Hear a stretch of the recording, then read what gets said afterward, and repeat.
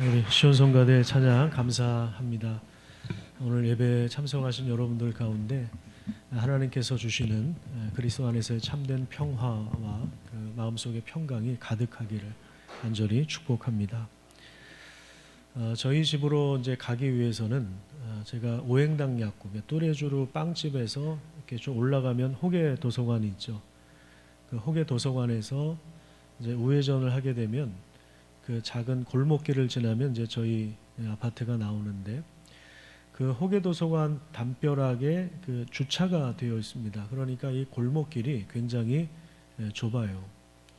그래서 저 반대편에서 차가 먼저 올라오면 제가 기다렸다가 가든가, 아니면 제가 후진해서 차를 좀 길을 터주어야 한 대가 지나갈 수가 있습니다.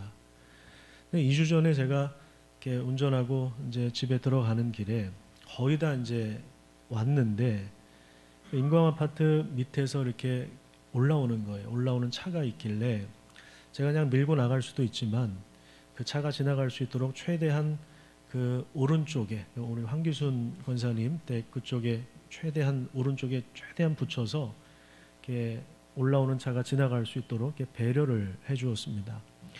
근데 이 차가 이렇게 지나가면서 창문을 내리더니 저한테 여기 일방통행이라고 이제 하는 거예요. 그래서 순간 이제 저도 화가 이제 올라와서, 제가 집사였으면 내렸을 거예요. 아마 차에서 내렸을 텐데, 또 거룩한 목사잖아요. 그래서 동네에서 유명한 목사는 아니고 경비 아저씨들한테만 유명한 목사님. 어쨌든 그래도 그냥 지나칠 수가 없어서 저도 창문을 내리고 아저씨한테 한마디를 했습니다. 아저씨, 여기는 일방통행이 아닙니다. 그렇게 이야기를 했습니다. 제가 작년에도 동일한 지점에서 동일한 일을 겪었는데, 어떤 여자분이신데 그 아주머니는 일방통행이라고 5번이나 우기시더라고요. 그래서 제가 하도 답답해서 아주머니, 제가 여기 사는데 제가 수천 번을 지나다녔습니다. 그렇게까지도 이야기를 한 적이 있습니다. 잘못된 그 정보를 확신하고 이렇게 우기는 그런 사람들이 있죠. 자기 확신, 자기 생각에 이렇게 매몰되어 있다 보니까 자기 입장에서만 이렇게 생각을 하는 것입니다. 우리가 운전할 때 보면 이렇게 수없는 다양한 상황을 만나지 않습니까? 언제 어떤 상황이 벌어질지 모르는 것이 사실 교통 상황입니다. 그러니까 우리가 처음에 이제 운전을 배울 때 뭐 필기 시험도 보고 실기 시험도 보잖아요. 근데 거기 이제 매뉴얼이 있지 않습니까? 기본적으로 차를 운전하는 매뉴얼도 있고, 그 교통 표지판, 이 표지판은 이런 사인이다. 이런 것들을 우리가 기본적으로 이제 습득을 하고 또 이제 운전을 배워서 운전을 하는데, 근데 제가 운전을 배울 때에도 제가 20대 초반에 운전면허를 땄는데, 일방통행이 아닌 길에서 일방통행이라고 우기는 사람을 어떻게 상대해야 되는지, 이제 이런 것들은 시험에 나오지도 않고 배운 적도 없습니다. 수시로 그 다양한 상황을 만나는 그 교통 상황, 또 김 여사를 만나서 주차를 또 이상하게 해놓은 그런 분들을 만나기도 하고, 하여튼 뭐 그런 상황이 어쩌면 우리 인생과도 같아요. 그래서 우리가 어렸을 때 배웠던 매뉴얼대로 이 세상이 흘러가는 것이 아니라 언제 어떤 상황이 벌어질지 모르는 그런 교통 상황과도 같은 것이 바로 우리 인생입니다. 그래서 우리에게는 참된 지혜가 필요하죠. 그런 면에서 제가 지난주에 말씀드린 것처럼 오늘 요즘에 우리가 전도서를 같이 묵상하고 있는데, 전도서에서 말하는 지혜와 그 다음에 잠언에서 말하는 지혜와 욥기에서 말하는 지혜서를 좀 비교할 필요가 있다, 이런 말씀을 드렸습니다. 성경에 지혜서가 3권 있는데 잠언과 욥기와 전도서죠. 근데 공통적인 부분들도 있지만 조금씩 내용이 다릅니다. 서로 대화를 나누고 있는 장면들을 보게 되는데, 그래서 우리가 한 사람의 일생으로 이렇게 놓고 보면은 잠언은 마치 10대 청소년을 다루는 지혜인 것처럼 보입니다. 예를 들어서 학교에 가서 공부 열심히 해라. 그러면 훌륭한 사람이 된다. 신호등을 건널 때는 손을 들고 건너라. 뭐 이건 유치원 때 배우는 거지. 숙제와 할 일을 먼저 해라. 그러면 나중에 신나게 놀 수 있다. 나쁜 아저씨가 어디 가자고 해도 절대로 가면 안 된다.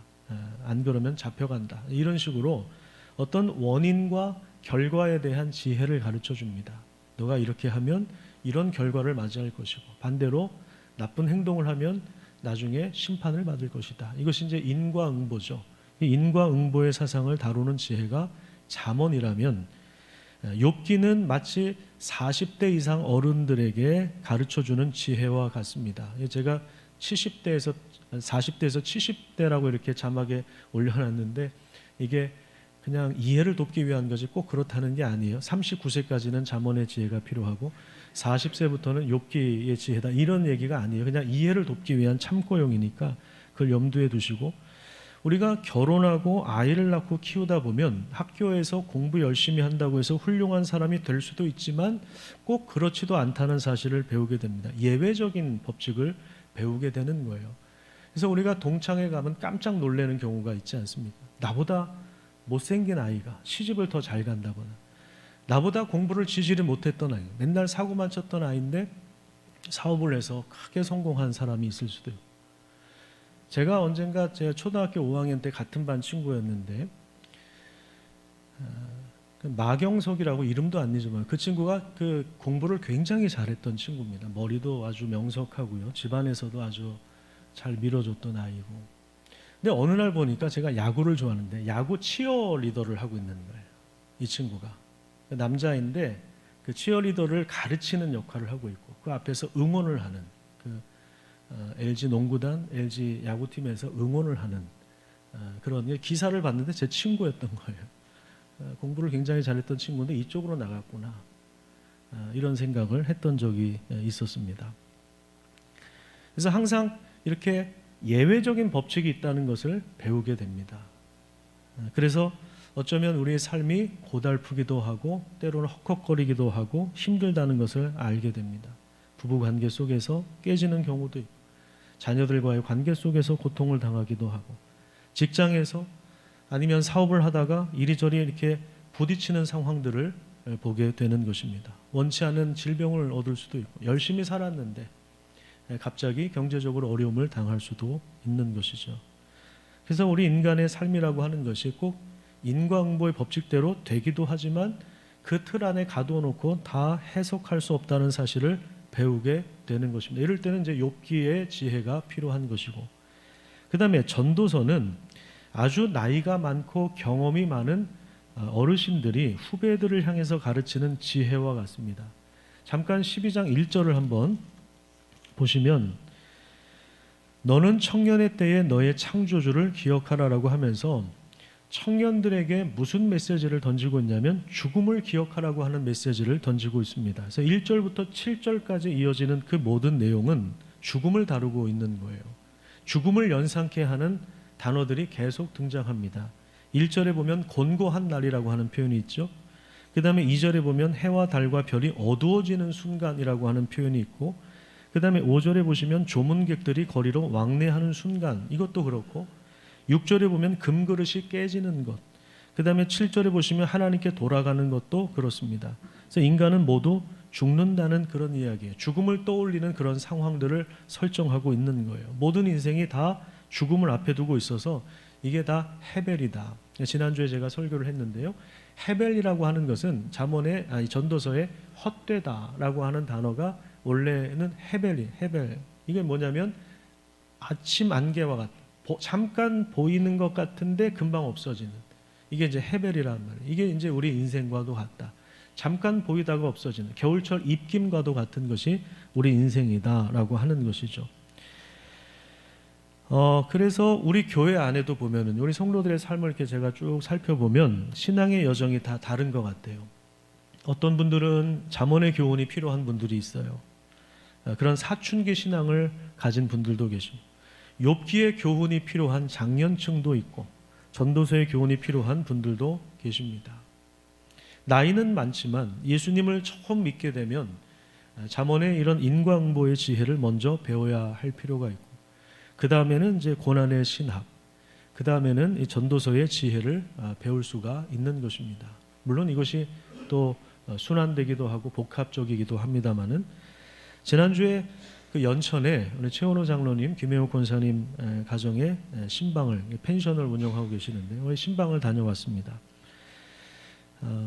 그 정착하신 지가 벌써 6년이 되셨다고 해요. 몇 주 전에 이제 은퇴식을 하고 마음이 이렇게 조금 허전해서 두 분이 이제 여행도 다녀오셨다고 하시는데 그런데 이제 대화를 나누다가 그런 말씀하시더라고요. 이게 지나간 인생을 돌아보니까 70년의 인생을 돌아보니까 또 이렇게 연천에 정착하는 그런 모든 과정을 보니까 내가 한 일은 하나도 없고 모든 삶의 여정에 하나님이 함께 하셨다는 사실을 고백을 하셨습니다. 그 내용이 뭐냐면 바로 이 전도서의 지혜와 맥락 안에서 자신의 인생을 이렇게 돌아보고 있는 거예요. 근데 이런 고백은 초등부 아이들은 전혀 할 수 없는 내용입니다. 초등부 아이가 내 유치원의 삶을 돌아보니 고난도 많았지만 정말 순식간에 지나갔습니다. 인생은 아침 안개와 같습니다. 이런 말을 못하는 겁니다.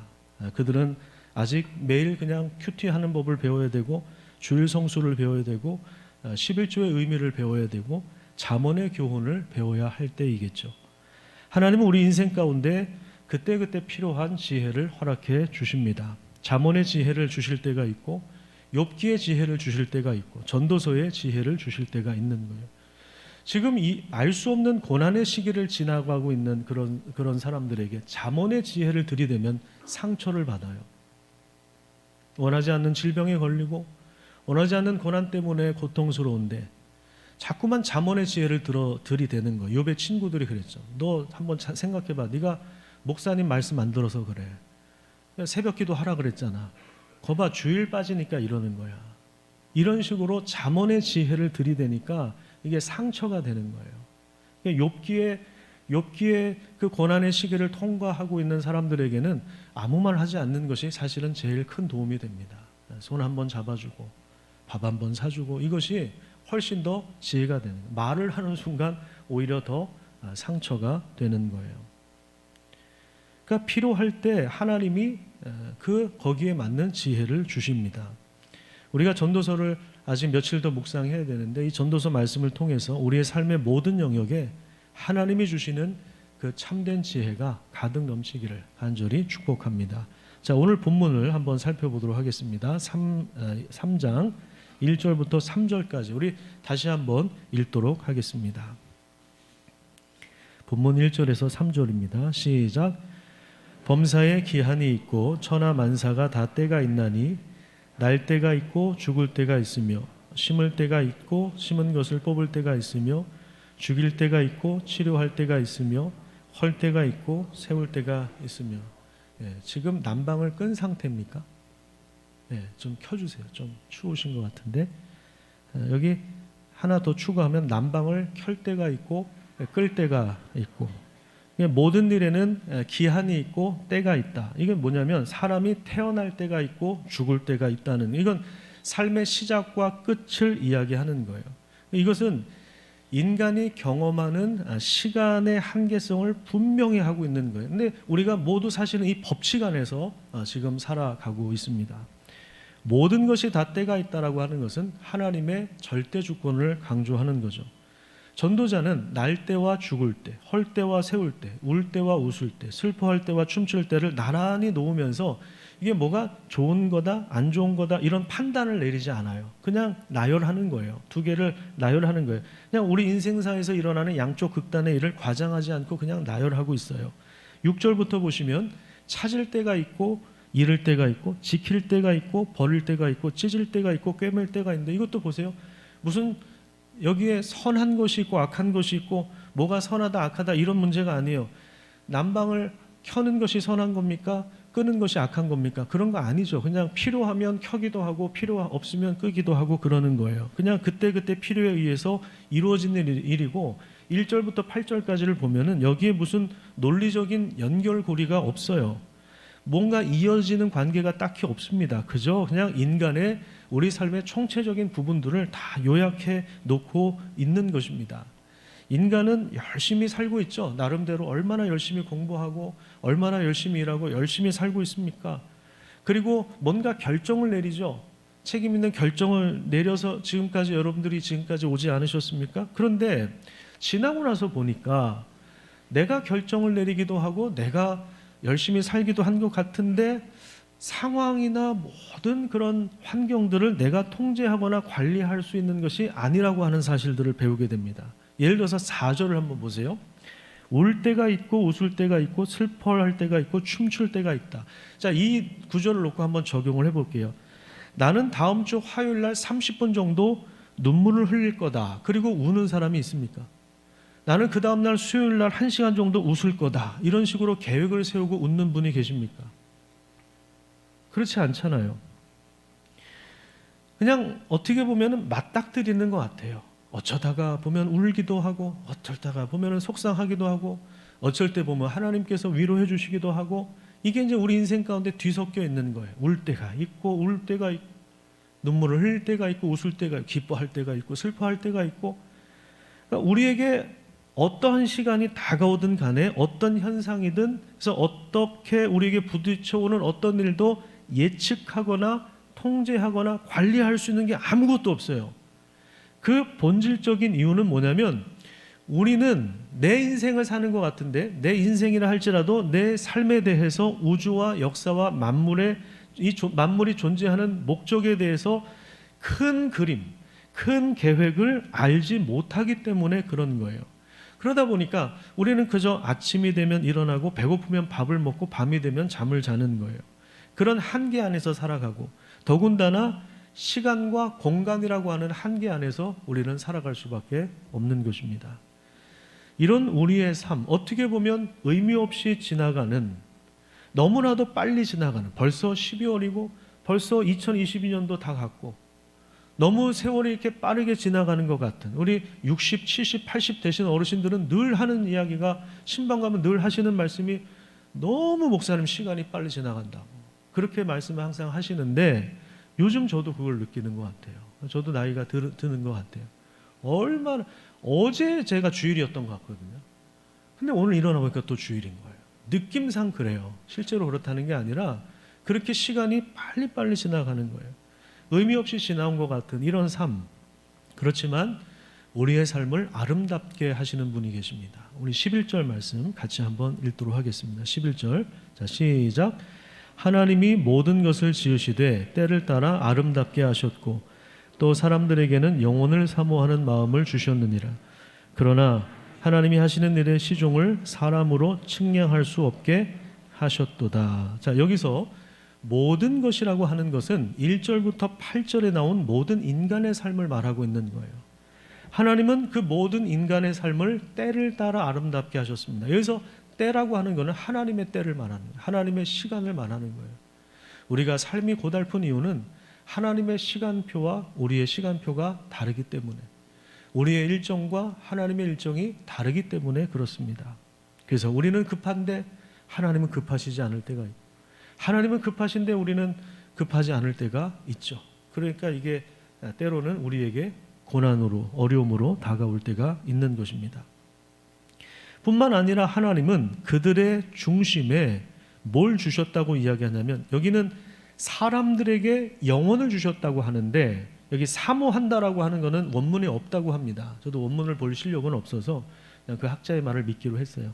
사모하는 이 단어는 빼셔도 됩니다. 사모하는 사람들에게 영혼을 주셨다는데 여기서 사실 사람들이라고 번역하면 안 되고 그들에게는 영혼을 주셨다 이렇게 번역을 해야 맞다고 합니다. 원문을 볼 실력이 없어서 그냥 그 학자의 말을 저는 믿기로 했습니다. 자, 그 부분을 그대로 한번 좀 공유할게요. 송민원 교수가 원문을 분석한 내용을 자막을 통해서 한번 확인해 보시죠. 첫 번째는요. 이 11절을 세 가지 패턴으로 분석을 했는데 첫 번째는 그가 모든 것을 각각의 때에 아름답게 만드셨다. 하나님의 절대 주권을 이야기하는 거죠. 그래서 모든 것이 바로 1절부터 8절까지 나온 날 때와 죽을 때가 있고 웃을 때가 있고 울 때가 있고 그 인간의 모든 인생사 그것을 아름답게 만들어 가고 계신다. 이게 하나님의 절대 주권이라는 거예요. 두 번째, 그들의 중심에 영혼을 주셨다. 여기 우리 성경에는 사람들이라고 하는데 사람들이 아니라 그들은 만물이에요. 하나님이 창조하신 모든 우주 만물의 중심에 영혼을 주셨다. 이건 뭐냐면 하나님께서 창조하신 패턴의 지속성을 말하는 것입니다. 하나님이 해를 우리에게 주시고, 그러니까 해가 뜨고 지고, 또 지구가 자전과 공전을 반복하면서 사계절이 순환되고 낮과 밤이 순환이 되고, 그리고 1장에서 우리가 살펴본 대로 강물은 뭐 이리저리 흐르다가 바다로 흘러가고, 또 정말 이게 하나님의 능력인데 바닷물이 땅을 침범하지 못하게 막으시고, 이게 이제 하나님이 정하신 질서란 말이에요. 이런 패턴, 하나님이 천지 만물을 다스리시는 모든 이 패턴이 지속되게 하신다라고 하는 거예요. 그 다음에 마지막 세 번째는 하나님이 창조하신 일의 시작과 끝을 알지 못하게 하신다. 사람으로 알지 못하게 하셨다. 이건 뭐냐면 우리 인간의 한계성을 이야기하고 있는 거예요. 아침 안개와 같이 잠깐 보이다가 없어지는 우리가 분명한 한계를 가지고 있어서 그 폭포수의 물이 어디서 와서 어디서 떨어지는지 우리는 다 알 수도 없고 다 보지도 못했고 영원하신 하나님이 하시는 일을 다 이해할 수가 없는 거예요. 그런데 우리가 사는 세상과 역사는 하나님의 창조 질서와 이 패턴 안에서 여전히 돌아가고 있어요. 내가 기분이 좋든 안 좋든 상관없어요. 하나님의 창조 질서는 지금도 유지되고 있어요. 내가 성공을 했다고 해서 하나님의 창조 질서가 잘 돌아가고, 내 사업이 실패했다고 해서 하나님의 창조 질서가 안 돌아가요. 그게 아니잖아요. 내가 시험을 못 봤다고 해서 내일 아침에 해가 안 뜨고 그런 거 아니잖아요. 내가 시험을 잘 보든 못 보든 해는 여전히 뜨는 것이고, 밤이 되면 때가 되면 해는 지는 것이고, 그렇게 되는 거죠. 이런 하나님의 절대 주권이 온 우주 영역에 미친다고 하는 것에 대하여 인간은 아무리 공부를 많이 해도 철학자들을 모아놓고 연구를 시켜도 하나님이 행하시는 일들을 다 파악할 수가 없어요. 그동안에 사람들이 받은 박사학위를 다 모아놓고 계산을 해도 하나님이 하시는 일을 다 파악할 수 없다는 그런 이야기가 바로 11절이에요. 자, 이 부분을 욥기에서도 가르치고 있는데, 욥기 38장을 한번 찾아보시기 바랍니다. 욥기 전도서에서 왼쪽입니다. 전도서에서 왼쪽으로 가면 잠언도 나오고 시편도 나오고 욥기도 나옵니다. 이렇게 친절하게 설명해 주는 사람은 저밖에 없는 것으로 알고 있습니다. 욥기 38장, 아멘 하신 분에게 자손 만대까지 복이 임하기를 축복합니다. 욥기 38장. 욥이 정말 이해할 수 없고 알 수도 없는 엄청난 시련을 당하잖아요. 그 고난을 당할 때 친구들이 와서 자꾸만 잠언의 지혜를 가지고 들이대는 거예요. 너 새벽기도 안 나와서 그래. 너 목사님 말씀에 아멘 하지 않았지. 너 주일날 빠지고 여행 갔지. 그래서 네가 이렇게 벌을 받는 거야. 이런 식으로 들이대는 거예요. 그렇게 수없이 많은 욥도 질문을 해요. 도대체 내 왜 인생에 왜 이런 일이 일어날까? 친구들도 공격을 하고, 그런 상황에서 하나님이 한마디도 이야기를 하시지 않아요. 말씀하시지 않다가 38장에 들어와서 드디어 하나님께서 말씀하시는데, 집에 가셔서 한번 읽어보세요. 38장부터. 그런데 쭉 말씀하시는데 욥이 말을 섞을 수가 없을 정도.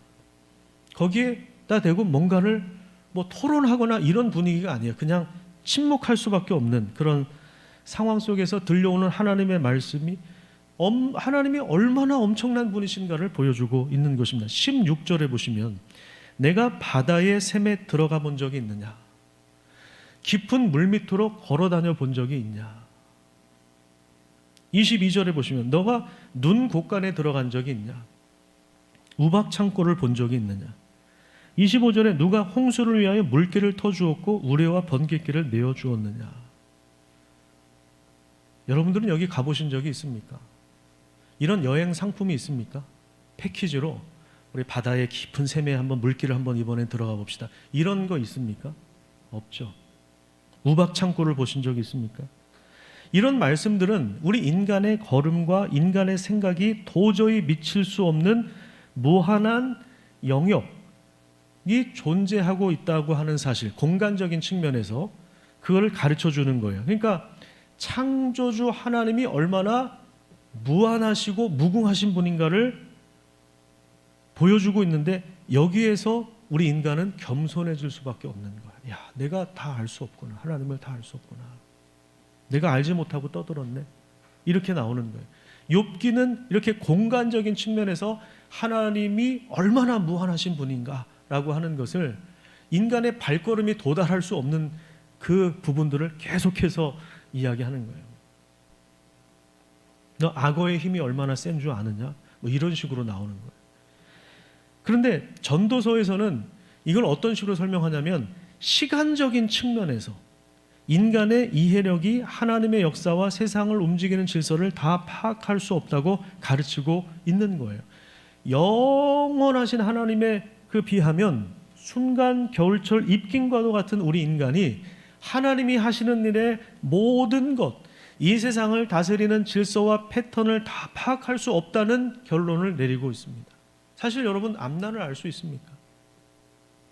한번 돌아온 날을 보십시오. 여러분, 우리는 미래는커녕 10년 후 20년 후는커녕 눈앞에 닥칠 일들도 잘 알지 못해요. 누가 코로나가 올지 누가 알았어요? 마스크 쓰고 예배드릴지 4년 전에 여러분 알고 계신 분이 계셨습니까? 교회에서 점심을 못 먹을지 누가 알았어요? 그랬으면 불평하지 않고 열심히 밥을 준비했을 텐데 밥을 안 먹으니까 너무 허전하지 않습니까? 아니죠. 편하시죠. 허전한 게 아니라 말은 못하고. 근데 너무 허전하시잖아요. 밥을 못 먹으니. 교제도 많이 끊어지고. 여러분, 이태원에서 사람들이 그렇게 많이 죽을지 누가 알았어요? 갑자기 집값이 이렇게 떨어질지 누가 알았어요? 금리가 이렇게 올라갈지 누가 알았냐고요? 그러면 집을 안 사지. 누가 아냐고요, 그걸. 전문가들도 예측을 하지만 경제학자들도 예측을 해요. 분석을 해요. 그렇지만 이럴 거다 이렇게 하는 게 확실을 하진 못해요. 브라질이 떨어질 줄 누가 알았어요? 영원한 우승 후보가. 축구 전문가들이 몇 대 몇 예상을 하는데 그게 다 부질없는 짓이거든요. 거의 다 틀려요. 그냥 그 중에 하나 어쩌다 맞는 거지. 맞아도 어쩌다 맞는 거지. 우리 중고등부에서도 그 16강전에서 브라질하고 했는데 몇 대 몇 이거를 카톡방에서 이렇게 뭐랄까요? 이벤트를 열었어요. 몇 대 몇. 근데 1대 4로 진다라고 마친 학생이 딱 한 사람 나온 거예요. 근데 얘가 정확하게 예측하고 확신하고 했냐고 찍은 거지 그냥. 어쩌다 그냥 맞은 거지. 몰라요, 우리는. 축구공이 둥근데 이게 어디로 튈지 모르는 거예요. 이게 일방통행이라고 우길 것을 제가 알았겠습니까? 그럼 안 비켜주죠. 처음부터 그냥 밀고 나갔을 텐데. 그렇다면 전혀 미래를 알 수 없고 아침 안개와 같은 우리 인간이 어떻게 살아야 되느냐, 어떻게 사는 것이 전도서에서 말하는 지혜로운 삶인가. 12절과 13절 우리 같이 한번 읽어보도록 하겠습니다. 오늘 본문입니다. 12절과 13절 말씀 같이 한번 읽어볼게요. 자, 시작.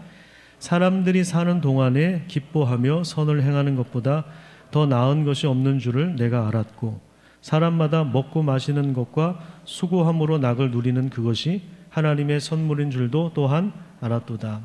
사는 동안에 이 표현이 참 중요해요. 이 순간이 중요해요. 사는 동안 지금 현재 기쁨을 누리며 선을 행하시기를 간절히 축복합니다. 나중에 돈 많이 벌어서 행복하게 살 거 이런 말 하지 마세요. 나중에 사업이 안정되면 나 교사할 거야 이런 말 하지 마세요. 그 나중이 어디 있어요? 지금 현재가 중요한 거지. 지금 현재. 또한 먹고 마시는 것과 수고함으로 즐거움을 누리는 것. 잘 보세요. 이 표현은 수고함으로 즐거움을 누리는 것. 우리는 수고하면서 참고 나중에 돈 많이 벌어서 행복하게 살 거야 이렇게 생각하거든요. 근데 전도서는 그렇게 이야기 안 해요. 수고함으로 즐거움을 누리는 것. 뭐예요? 일하는 것 자체가 즐거운 일이라는 거예요.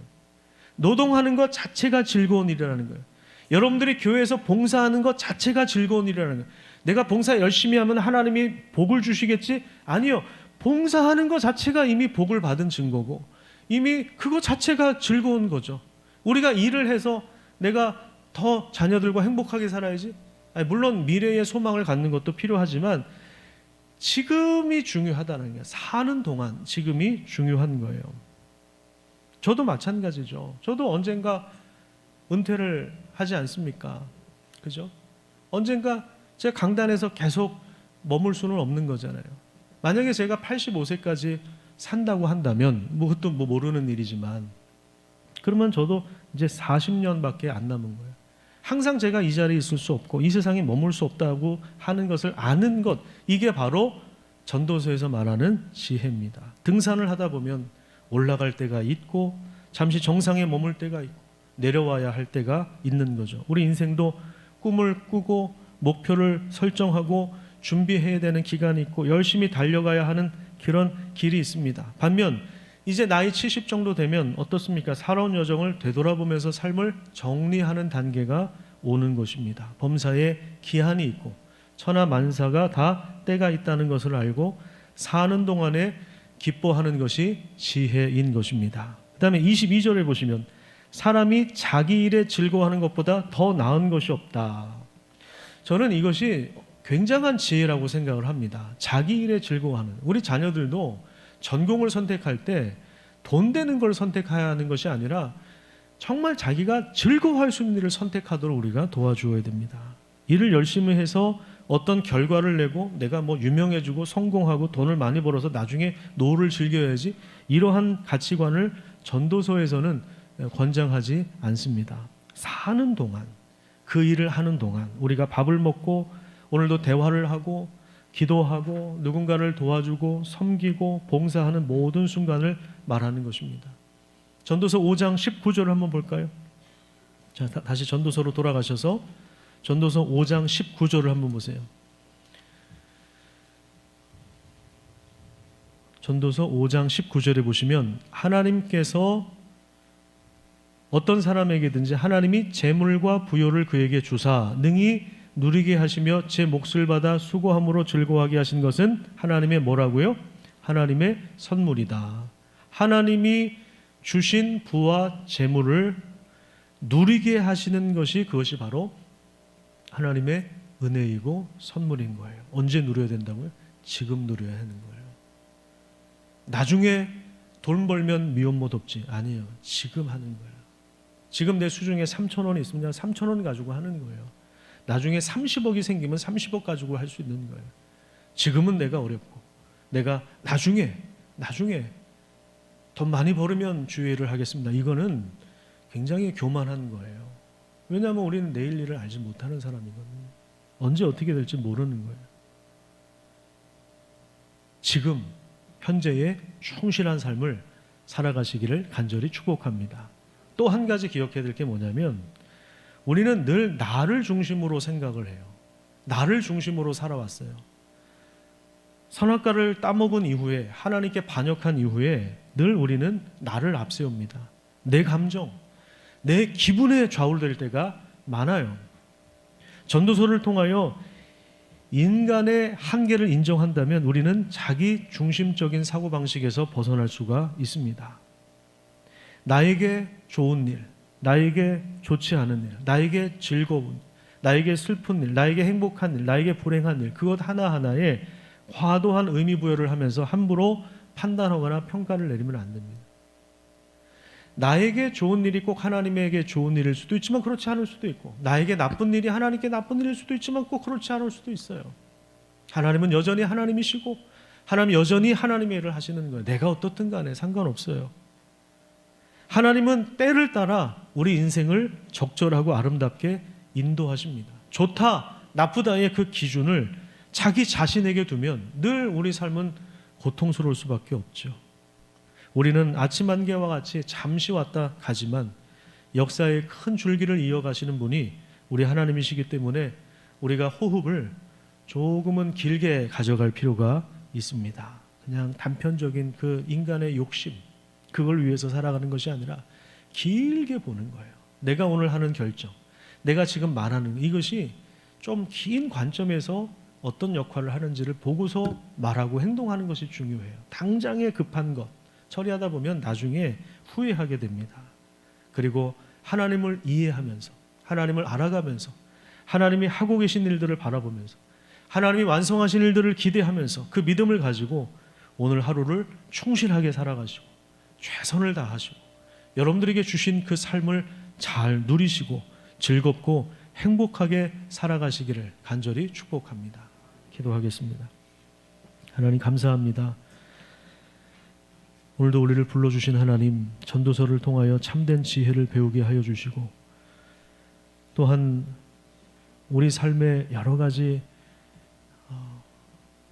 반복되는 일상 가운데서 우리 생각이 복잡하게 얽혀있다 할지라도 영원한 시간의 관점에서 무한하신 그 하나님의 입장에서 모든 것을 때를 따라 아름답게 하실 그 하나님의 은혜를 바라보면서 우리의 삶을 하나님 앞에 의탁하며 때로는 여러 가지 고난 때문에 잽을 맞고 KO를 당하기 일보 직전이라 할지라도 우리가 하나님의 은혜 안에 있음을, 또한 그리스도 안에 있음을 우리가 기억하고 또 그 하나님의 은혜 때문에 살아갈 수 있으며 그리스도께서 우리를 위하여 오셨고 우리와 함께 하시기 위하여 오셨기 때문에 임마누엘의 우리와 함께 하시는 하나님의 은혜를 잘 누리면서 오늘 하루 순간순간을 기쁘고 행복하게 살아갈 수 있도록, 감사하며 살아갈 수 있도록 하나님께서 함께하여 주시옵소서.